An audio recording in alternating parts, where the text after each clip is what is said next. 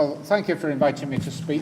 I mean, this is a very topical subject. You may have seen this afternoon Mervyn King tossed a sort of bit of a hand grenade into the whole debate about banking with comments on the future of RBS. Yesterday we had the major vote in the European Union Council of Ministers about bonuses. I mean, this is an issue that reverberates from day to day. And maybe I should just start by going back a little bit. As the Vice-Chancellor pointed out, I once did economics. One of the best courses I ever did at university was a course on money and banking given by a man called Charles Goodhart, who since became a member of the Monetary Policy Committee. And then I discovered that a generation later, very, very few universities taught banking as part of economics courses.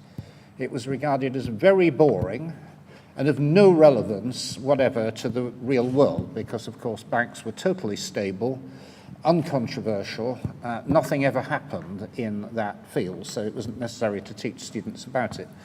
And a generation of students were taught all about, for about 20 years, about rational financial markets and that problems automatically correct themselves and there was no need to worry about the way banks function. Anyway, that's all changed. I started to get interested in banks as a problem. I had no real background in it. I came out of the oil and gas industry. Around about 2000, there was a wonderful report by a man called Cruikshank who pointed out, it was rather out of the blue, that the British business banking system just didn't work very well. It was monopolised. The banks were earning large economic rent. It was highly inefficient and uncompetitive, and something should be done about it. Well, nothing was done about it. Some of us started attacking the government of the day and saying you should be implementing their recommendations. But anyway, it was a boring subject, and the banks were very big and powerful, and nobody wanted to contradict them. So the problem went away, politically anyway, until it came back in 2007. The beginnings of the crisis. You may remember Northern Rock. I got heavily involved in that at that stage and have been living with this subject ever since, trying to understand it. I wrote a book a couple of years later called The Storm, which was partly an attempt to educate myself in understanding why this crisis happened. And I think the point to begin with is that banking collapses are very unusual, certainly in the UK. We went through the big trauma of the 1920s and 30s, the Great Depression. The British banking system did not collapse as it did in the United States.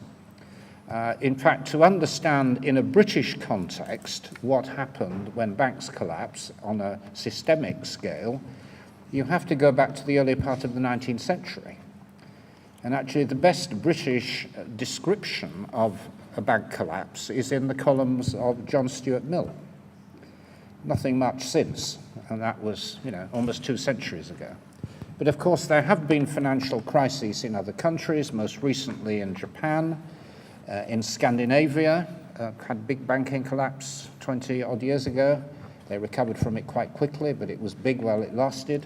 The Asian countries went through a financial crisis, or the Far Eastern countries went through a crisis in the beginning of the 1990s. And the consequences of these things are very profound. And we've now discovered this in the UK, because the banking sector in the UK was massive. I know academics will pick me up and say this is a slightly sloppy measure, but if you simply take the balance sheets of the UK-based banks, the big four, as a share of GDP, you're something of the order of 500%. Now, of course, that includes a lot of complex derivatives and double counting. It's not an accurate measure, but it gives some measure of the scale of the British banking sector at the time of the crisis. It was, I think, probably second only to Iceland, and possibly not even more than Ireland. We were exposed to the risks of the banking sector. Argue till the cows come home about who was to blame for all that, but that's what happened. And as a consequence, when one of the big global banks, RBS, which was actually in balance sheet terms the biggest bank in the world at that time, Barclays almost went down, together with quite a few mortgage banks. The consequences for the UK have been catastrophic, and we're still living with it. I mean, the metaphor I often use is that, we've suffered the economic equivalent of a heart attack. And heart attacks, they have long-term consequences. You can be saved, and, the British economy was saved from collapse, but we're still wired up to drip feeds with steroids, monetary policy, and we're still ailing. And the two major consequences that we have are, first of all, this massive structural deficit in the budget, caused by the fact that a high percentage of government income derived from the finance sector.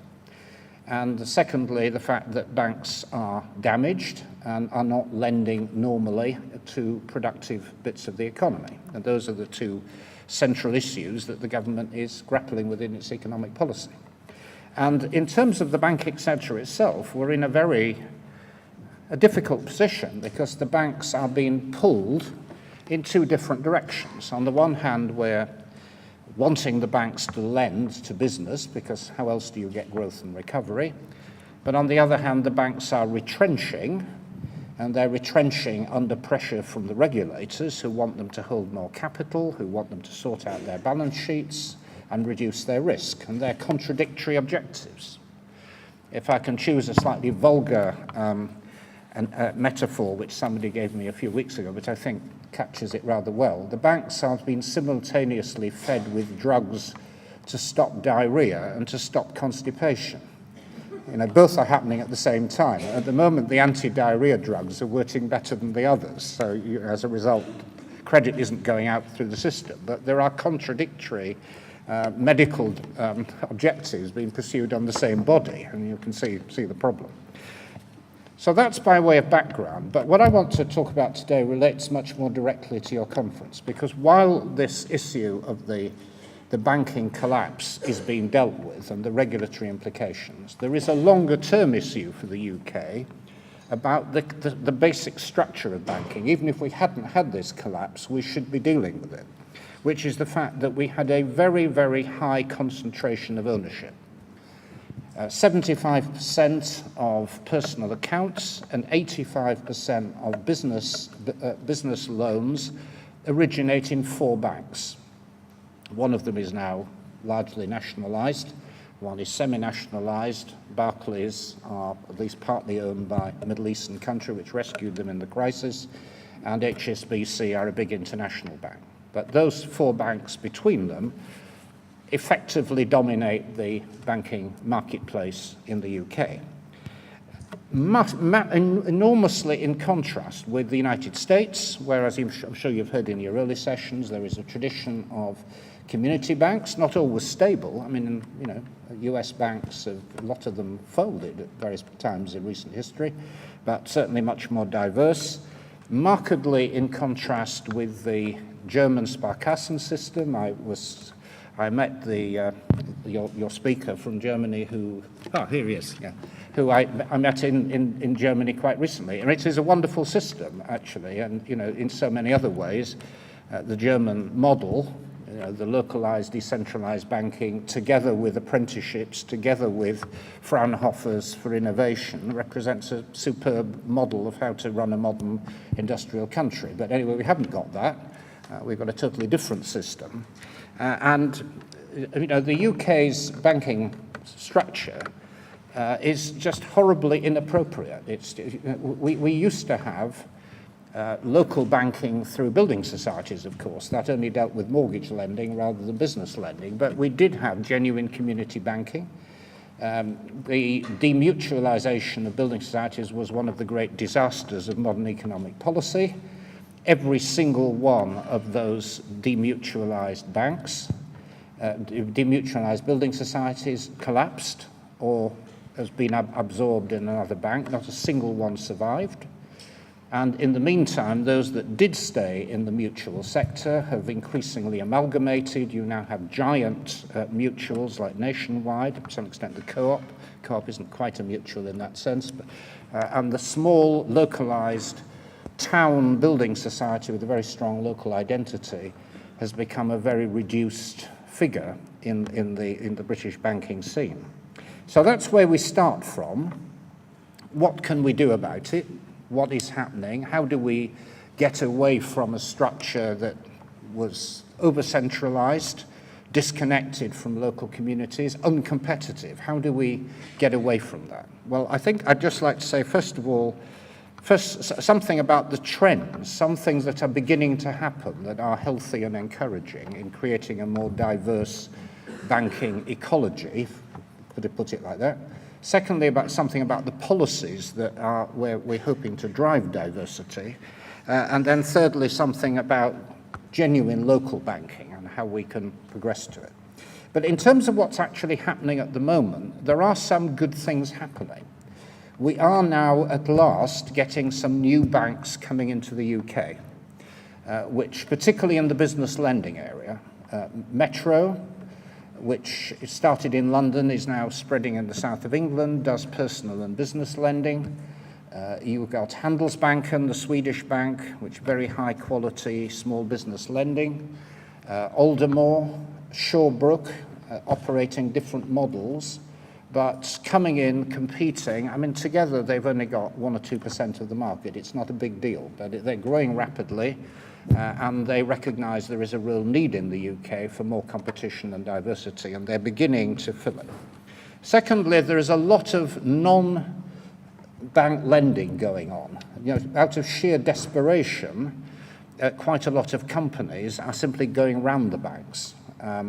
So you're now getting peer-to-peer lending, you know, groups of local business people sitting on cash savings, don't want to put it in the bank, so they're looking for local businesses who they can lend money to on an informal basis. Quite a lot of that's going on. You've got crowd finance on the internet. You know, new entrepreneurs starting up today are most unlikely to go to their local branch of NatWest. They're likely to plug into the internet, identify a crowd source, and raise money that way. More productive, probably a lot cheaper. We're getting the revival of forms of funding like factoring and invoice discounting. They're relatively expensive, but they work for many people. We're getting a revival of interest in equity. There is an institution called the Business Growth Fund that I met this morning. It was actually funded by the banks. They've got, I think, 2 billion or so to spend, 3 billion, and they're investing it in equity ventures for rapidly growing medium-sized companies, filling a big gap in the market that used to be filled by an institution called 3I's. So you are beginning to get diversity and choice, but it's so far small scale. The big game changer would be if the Lloyds divestment to the co-op went ahead. It's been agreed. A lot of people have been told that their accounts are changing. We hear it in the press that this is actually quite problematic for the co-op. But if it does happen, it will be a very good, healthy injection of competition. So those are some of the good things that are happening. Secondly, government policy is trying to push us more and more in that direction. More diversity, more competition. The FCA, there's a lot of acronyms in this area. The Financial Conduct Authority, one of the bodies that's come out of the FSA, which failed really in the crisis, has now got a mandate to promote competition. The FSA itself, the existing regulator, is committing itself to clearing away some of the obstacles to establishing a new bank. If you talk to some of the people like Aldermore, for example, the horror stories they had in getting established, getting approval, the capital requirements they had to meet, massively incentivizing for new banks. That is gradually being whittled away. The regulators have realized that they were hopelessly biased to supporting big institutions, so they're trying to reverse that. In addition to that, there is the payment system, which acts in a monopolistic way. This is the point that Cruikshank pointed out, that if you're a new bank, and you're trying to get into the clearance system, which is what you need to do if you're clearing checks, basically it operates like the old British Telecom monopoly, network monopoly.